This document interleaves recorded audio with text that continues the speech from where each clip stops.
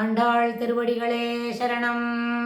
இன்றைய பதிவில் ஆண்டாளோட அவதாரிகை, அவள் எப்படி அவதாரம் பண்ணினா, பெரியாழ்வாருக்கு அவள் எப்படி கிடைத்தாள், அதனுடைய சிறப்பு என்ன அப்படின்றத பார்த்துட்டு முதல் பாசுரத்தை பார்க்க துவங்கலாம். அஞ்சு குடிக்கொரி சந்ததியாய் ஆழ்வார்கள் தம் செயலை விஞ்சி நிற்கும் தன்மையளாய் பிஞ்சாய் பழுத்தாளை ஆண்டாளை பக்தியுடன் நாளும் வழுத்தாய் மனமே மகிழ்ந்து அப்படின்னு அஞ்சு குடிக்கு ஒரு சந்ததியார். இந்த ஆழ்வார்களுடைய கூட்டத்தில் ஒரே ஒரு பெண், ஆனால் அவள் எப்படி கிடைச்சா அப்படின்னு பார்த்தா, பெரியாழ்வார் அவருடைய ஒரு வீட்டுக்கு அருகிலே ஒரு நந்தவனம் அமைத்து அதில் மல்லிகை, செண்பகம், இருவாட்சி, அதுபோல் பூக்கள் எல்லாம் மனம் கமழ்கின்ற பூக்கள் இருக்கிற செடியெல்லாம் வளர்த்து அதுலேருந்து மாலை தொடுத்து வடபத்திர சாயிக்கே சாத்திட்டு அதில் பெரிய மகிழ்ச்சி அடைந்து பெருமாளை தினமும் சேவித்து மகிழ்ந்துட்டு இருந்தார். இது இப்படி போயிட்டு இருந்தது. அந்த திருத்துழாய் வனம் இருக்கே, திருத்துழாயை பயிர் பண்ணுறதுல, அதனால் திருத்துழாயம் எடுத்து திருத்துழாயை மாலை கட்டி அப்படி பெருமாளுக்கு சாத்தின்னு இருந்தார். இது ரொம்ப நாளாக நடக்கிறது. ஆனால் அப்படி ஒரு நாள் நடக்கும் பொழுது ஸ்ரீவில்லிபுத்தூரில் பெரியாழ்வார் என்று பெயர் பெற்ற விஷ்ணு சித்தர் வடபத்திர சாயி என்ற கோயில் உடையானுக்கு அருகிலேயே ஒரு நந்தவனம் அமைத்து இனிய நறுமணம் வீசும் மலர்ச்செடிகளை வளர்த்து தினந்தோறும் மாலை கட்டி வடபத்திர சாயிக்கு சாற்றி மகிழ்ந்து வந்தார். ஒரு நாள் பெரியாழ்வார் நந்தவனத்தை சீர்படுத்தி கொண்டிருக்கையில் நந்தவனத்தின் துளசி செடிக்கு அருகே தெய்வீக எழில் கொஞ்சம் ஒரு பெண் குழந்தையை கண்டார்.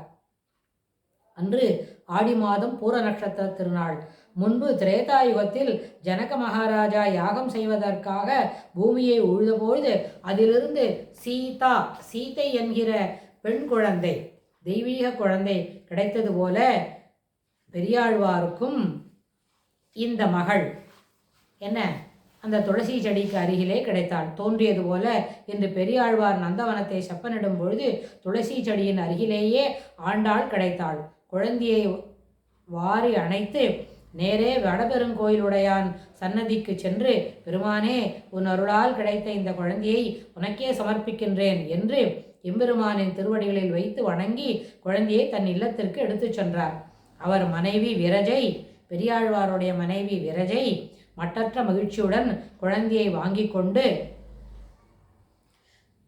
அணைத்து கொண்டாள்.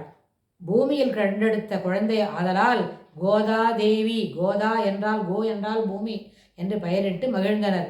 பெரியாழ்வார் குழந்தைக்கு கண்ணனின் லீலைகள், குழந்தை நாளொரு மேனியும் பொழுதொரு வண்ணமாக வளர்ந்து கொண்டு வந்தது. பெண் குழந்தை சிறப்பாகவும் இருக்கிறது. அப்படியே பார்த்தா அதில் தெய்வீக கலை குழந்தைண்ட தாண்டவம் ஆடுறது.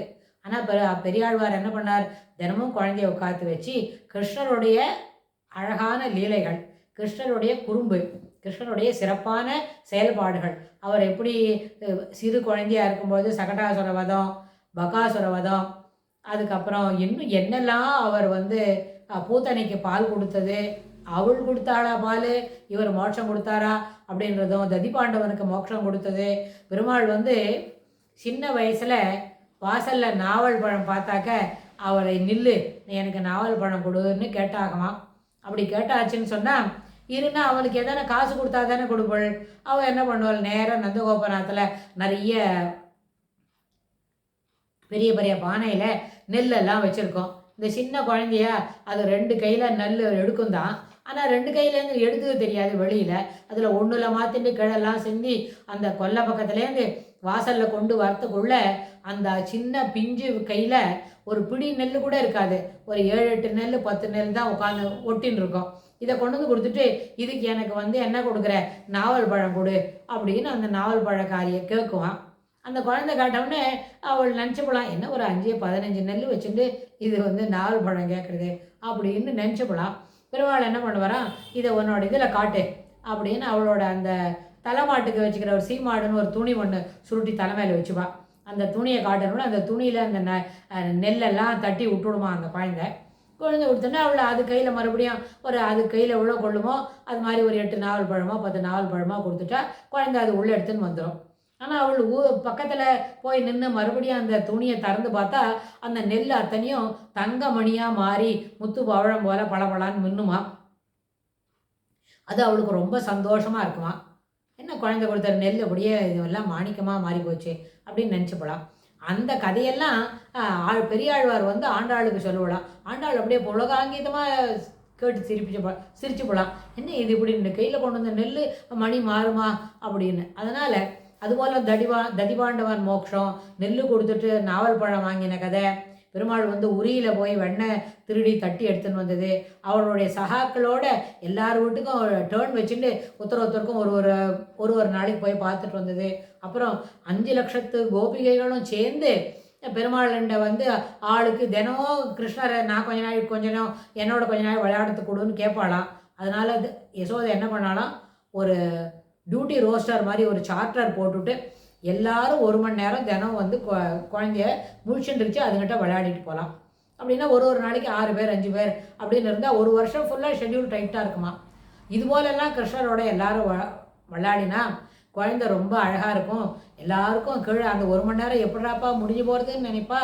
அப்படின்லாம் அந்த விஷயங்களை ராசக்கிரீடை பண்ணினது வரைக்கும் தினமும் ஒரு நாளைக்கு ஒரு கதை ஆண்டாளுக்கு பெரியாழ்வார் சொல்லிட்டு இருப்பாராம்.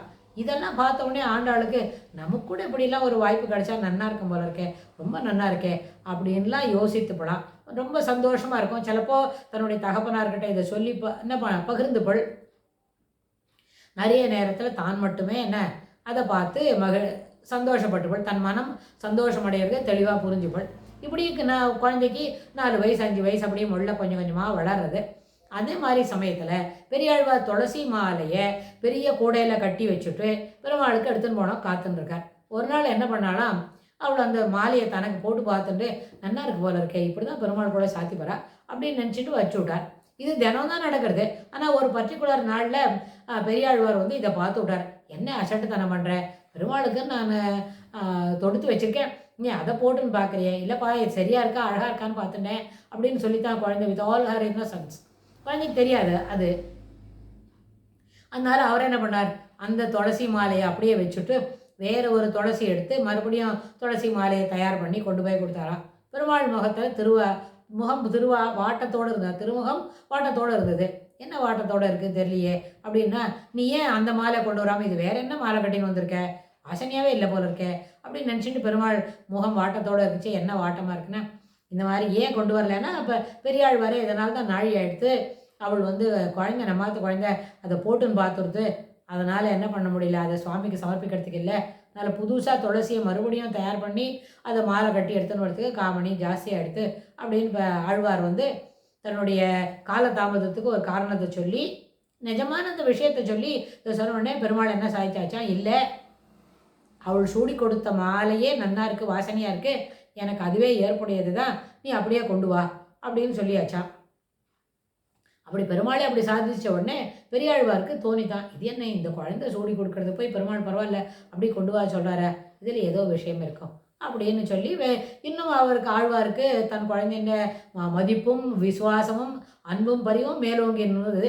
தொடர்ந்து அவளுக்கு என்ன சொல்லின்னு இருக்கார், இந்த மாதிரி கிருஷ்ணரோட கதைகள், ராமர் இப்படிலாம் இருந்தார், இப்படிலாம் நடந்தது, அயோத்தியில் இது நடந்தது, அப்புறம் இதெல்லாம் திருஆய்ப்பாடியில் இப்படிலாம் நடந்துன்னு இருந்தது அப்படின்னு அந்த கதையெல்லாம் தினமும் துளியாக. இப்போ நம்ம இவ்வளோ பெரிய ஃபாஸ்ட்டாக 5 நிமிஷத்தில் இந்த கதையெல்லாம் சொல்கிறோம். ஆனால் குட்டி குழந்தைய உட்காந்து வச்சு you should engage the child. இப்போ நம்ம ஆற்றுல இருக்கிற குழந்தைக்கெல்லாம் கூட இது போல் கதையை நல்ல விவரமாக விஸ்தாரமாக சொல்லி பழகலாம். ஏன்னு கேட்டால் தன்னை காட்டிலும் ஒரு சூப்பர் பவர்கிட்ட நம்ம இப்படி அன்பாகவும் பரிவாகவும் பழக முடியும் அப்படின்றத எடுத்து சொல்லாதானே தெரியும். நம்ம அதை பற்றி பேசாமே இருந்துவிட்டா அது வந்து ஏற்புடையதில்லை. அதனால் பெரியாழ்வார் தன்னுடைய மகளுக்கு அந்த தெய்வ குழந்தைக்கு இதெல்லாம் சொல்லி கொடுத்துட்டுருக்கார். இது மாதிரி ஆய்ப்பாடியில் நோன்பெல்லாம் நோத்தா எல்லாருக்கும் குழந்தையோட விளையாடணும்னு ஆசை இருந்ததா. அப்படி ஆசை இருக்கும்பொழுது இப்படியே எல்லாரும் குழந்தையோட விளையாடுனதா, பாக்கி வேலையெல்லாம் கவனிக்கிறதே இல்லை அப்படின்னு அவளுக்கெல்லாம் பனிஷ்மெண்ட்டு. 1 மாதம் நீங்கள் குழந்தை யாரோடும் பேசக்கூடாது, பார்க்கக்கூடாது, விளையாடவும் கூடாதுன்னு சொன்னான். ஆனால் ஊரில் க்ஷாமம் வருது அப்படின்னு ஒரு அபிப்பிராயம் வந்த உடனே அந்த இளம் பெண்கள் எல்லாம் காத்தியாயினியை நோக்கி விரதம் இருக்கணும். காத்தியாயினி மகாமாயே சர்வ யோகின்யதீஸ்வரி நந்தகோப சுதம் தேவி பதிம்மே அப்படின்னு சொல்லி, எனக்கு நந்தகோபனுடைய குமாரனான அந்த ஸ்ரீகிருஷ்ணனே எனக்கு ஒரு நல்ல மணவாளனாக மாற வேண்டும், மணவாளனாக வர வேண்டும் அப்படின்னு எல்லா ஸ்திரீகளும் அந்த ஊரில் இருக்கிற இளம் பெண்கள் அத்தனை பேரும் அப்படி பிரார்த்தனை பண்ணிட்டு யமுனா நதி தீரத்தில் காத்தால் எழுந்து பிரம்ம முகூர்த்தத்தில் போய் குளிச்சுட்டு வந்து அம்பாளுக்கு உபாசனை பண்ணணும் அப்படின்னு சொல்லி சொன்ன உடனே அந்த கதை வந்து ஆண்டாளுக்கு ஒரு பெரிய இன்ஸ்பைரேஷன். அதை தானும் செய்யணும்னு ஆரம்பித்தா. அப்படியே ஆரம்பித்ததுனால தான் திருவல்லிபுத்தூரில் இருக்கிற அந்த திருமுக்குளமே யமுனா நதிக்கரையாகும். வடபெருங்கோயிலானுடைய இடம் இருக்கே, அதுவே நந்தகோபன் கிருஷ்ணரை பார்க்கக்கூடிய இடமும் தன் வீடே தன் தோழிகள்லாம் இருக்கிற மாதிரி நினச்சிட்டு இம்மிடியட்டாக அடுத்த 1 மணி நேரத்தில் அந்த திருவல்லிபுத்தூர் ஸ்ரீவல்லிபுத்தூரே என்ன ஆச்சு, நந்தகோகுலம் ஆய்ப்பாடி திரு ஆய்ப்பாடியாக மாறியது. அங்கே இருக்கிற பெண்களே அங்கே இருக்கிற கோபிகா ஸ்திரீகளாக மாறினார்கள். எல்லாரும் நாளையிலேருந்து இது எல்லாத்தையும் நம்ம என்ன செய்யணும், இந்த விரதத்தை அனுபவித்து காத்தியாயினி நோன்பு போல அனுசரித்து என்ன பண்ணணும், ஒரே ஒரு எக்ஸ்ட்ரா சங்கல்பம் பண்ணிட்டாலாம், அந்த ஸ்ரீகிருஷ்ணனே தனக்கு மணவாளனாக வர வேண்டும். மானிடர்கள் என்று பேச்சுப்படி வாழகில்லேன், சாதாரண என்ன மனுஷனுக்கு நான் என்ன வாழ்க்கையை சமர்ப்பிக்க மாட்டேன் அப்படின்னு சொன்னாராம். பெரியாழ்வார் அப்படியே யோசித்தாளாம், இது என்ன இந்த பொண்ணு இப்படி சொல்கிறதே, என்ன செய்கிறதுன்னு. சரி, என்ன நடக்கிறதோ நடக்கட்டும் அப்படின்னு சொல்லி கோயிலுடையான் அந்த வடபத்திர சாயிண்டே போய் பெருமாளை சேவிச்சு இந்த மாதிரி பொண்ணு சொல்கிறா, இப்படி ஒரு என்ன பண்ண போகிறா, இந்த மாதிரி விரதம் இருக்க போகிறான்னு சொன்னார். இதனோட தொடர்ச்சி நடுவில் இருக்கிற கதையெல்லாம் அந்த ஒரு பாசுரத்துக்கு நடுவில் நம்ம பார்க்கலாம். இதை சொன்ன உடனே தான் அவளை என்ன பண்ணா, தனுர்மாசம் 1ஆம் தேதி அன்னைக்கு மார்கழி திங்கள் மதி நிறைந்த நன்னாளால் நீராட போதுவீர் போதுமினோ நேரிழையீர் சீர்மல்கும் ஆய்ப்பாடி செல்வச் சிறுமீர்கள் கூர்வேல் கொடுந்தொழிலன் நந்தகோபன் குமரன் ஏறார்ந்த கண்ணி யசோதை இளம் சிங்கம் கார்மேனிச்சங்கன் கதிர்மதியம் போல் முகத்தான் நாராயணனே நமக்கே பறை தருவான் பாரோர் புகழ படிந்து ஏலோரெம்பாவாய். மார்கழி திங்கள் மதி நிறைந்த நன்னாளால் நீராடப் போதுவீர் போதுமினோ நேரிழையீர் சீர்மல்கும் ஆய்ப்பாடி செல்வச் சிறுமீர்கள் கூர்வேல் கொடிந்தொழிலன் நந்தகோபன் குமரன் ஏறார்ந்த கண்ணி யசோதை இளம் சிங்கம் கார்மேனிச்சங்கண் கதிர் மதியம் போல் முகத்தான் நாராயணனே நமக்கே பறை தருவான் பாரோர் புகழ படிந்தேலோர் எம்பாவாய். இந்த பாசுரத்தில் ஆண்டாள் ஒரு முக்கியமான கருத்து சொல்கிறார். அந்த காலத்துல எல்லாம், அதாவது ஆண்டாள் இருந்த நாளில் இன்னைக்கு கூட கண்ணுக்கு நிதர்சனமாக தினமும் தெரியக்கூடிய சூரிய நாராயணன் சந்திரன் இவா 2 பேரையும் தொழாமல் ஒரு பூஜையும் துவங்காது. எந்த பூஜையை துவங்க வேண்டும் என்றாலும் கண்ணுக்கு தெரிகிற நிதர்சனமான சூரிய நாராயணனையும் என்ன சந்திரனையும் கதிர் மதியம் போல் முகத்தான். இது ஆண்டாளோட பாசுரத்தில் தான் இல்லை, சிலப்பதிகாரம், மணிமேகலை, அப்புறம் நான்மணிக்கடிகை அப்படின்னு 14 கணக்கு நூல்கள் அப்படின்னு ஒரு 18 விதமான நூல் இருக்குது தமிழில். சங்க இலக்கிய காலத்தில் மதுரையில் அந்த சமயத்தில் எப்போவுமே எல்லா தமிழ் நூல்களிலும் முற்காலத்தில் கதிர் மதியம், கதிரும் செங்கதிரும் வெங்கோல் விளக்கும் வெங்கையக்கோன் கதிரும் அப்படின்னு சொல்லி வெங்கோன் கதிரும் எப்படி ஆரம்பித்தாலும் கதிர் மதி. கதிர் என்று சொன்னால் செங்கதிரை கொண்ட சூரிய நாராயணர், மதி என்றால் சந்திரன். பெருமாளுடைய கண்ணு 2 என்ன சங்கு சக்கரம் போல இருக்குது, கையில் வச்சிருக்கார் சங்கு சக்கரம். கண்ணில் இருக்கிறது என்ன, ஒன்று சூரியன், இன்னொன்று சந்திரன். அதனால் இந்த 2 இயற்கையான நிகழ்ச்சி தினமும் நடக்கிறது தான். காலையில் கார்த்தால சூரியன் உதிக்கிறது, மாலையில் சந்திரன் உதிக்கிறது அப்படின்னு சொன்னால் இந்த சூரிய சந்திரர்களை கொண்டாடாமல் எந்த விதமான தொழுகையும் எந்த விதமான பூஜனையும் நடக்கிறதற்கு வாய்ப்பில்லை. அதனால் அதே கருத்துக்களை ஆண்டாளும் பின்பற்றி என்ன சொன்னார், அந்த கதிர்மதியும் போல் முகத்தான் நாராயணனே. இது எல்லாமே சூரிய நாராயணன். எப்படின்னா இது எல்லாத்தையும் பார்க்கும்பொழுது அந்த ஒரு பாசுரத்தில் என்ன பொருள் சொல்கிறார் அப்படின்னு இருக்கு இல்லையா. இந்த பாசுரத்துக்கு தொடர்புடைய பொருள் என்ன, மார்கழி மாதம் தனுர் மாசத்தில் திங்கள், மார்கழி திங்கள். திங்கள் என்றால் மாதம் என்று தான் பொருள். இந்த இடத்துல திங்கள் என்று சொன்னால் சந்திரன் அப்படின்னு நம்ம எடுத்துக்கணும்னு அவசியம் இல்லை. மார்கழி திங்கள் என்பது என்ன, நிச்சயமாக திங்கள் என்றது மாதம். அதுக்கப்புறம் நீராட போதுவீர் போதுமினோ நேரிழையீர், எல்லாரும் கார்த்தால் எழுந்து பிரம்ம முகூர்த்தத்தில் குளிக்கணும்.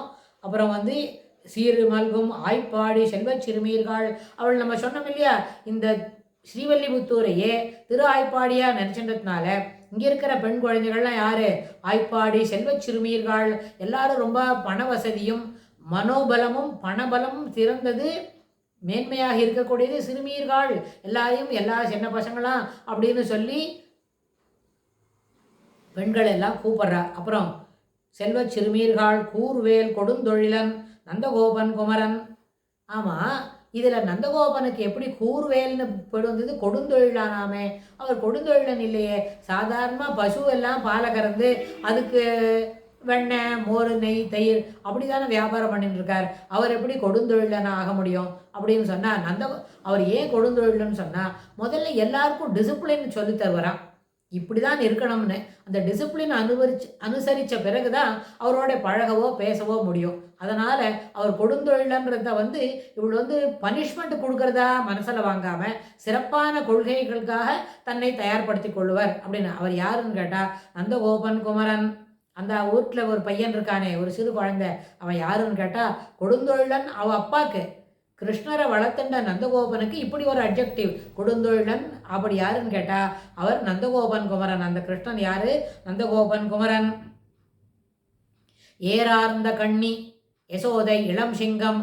அவர் ஒரு அட்ஜெக்டிவ் என்ன? அவர் நந்தகோபன் குமரன். அப்புறம் அவர் யசோதையோட இளம் சிங்கம்.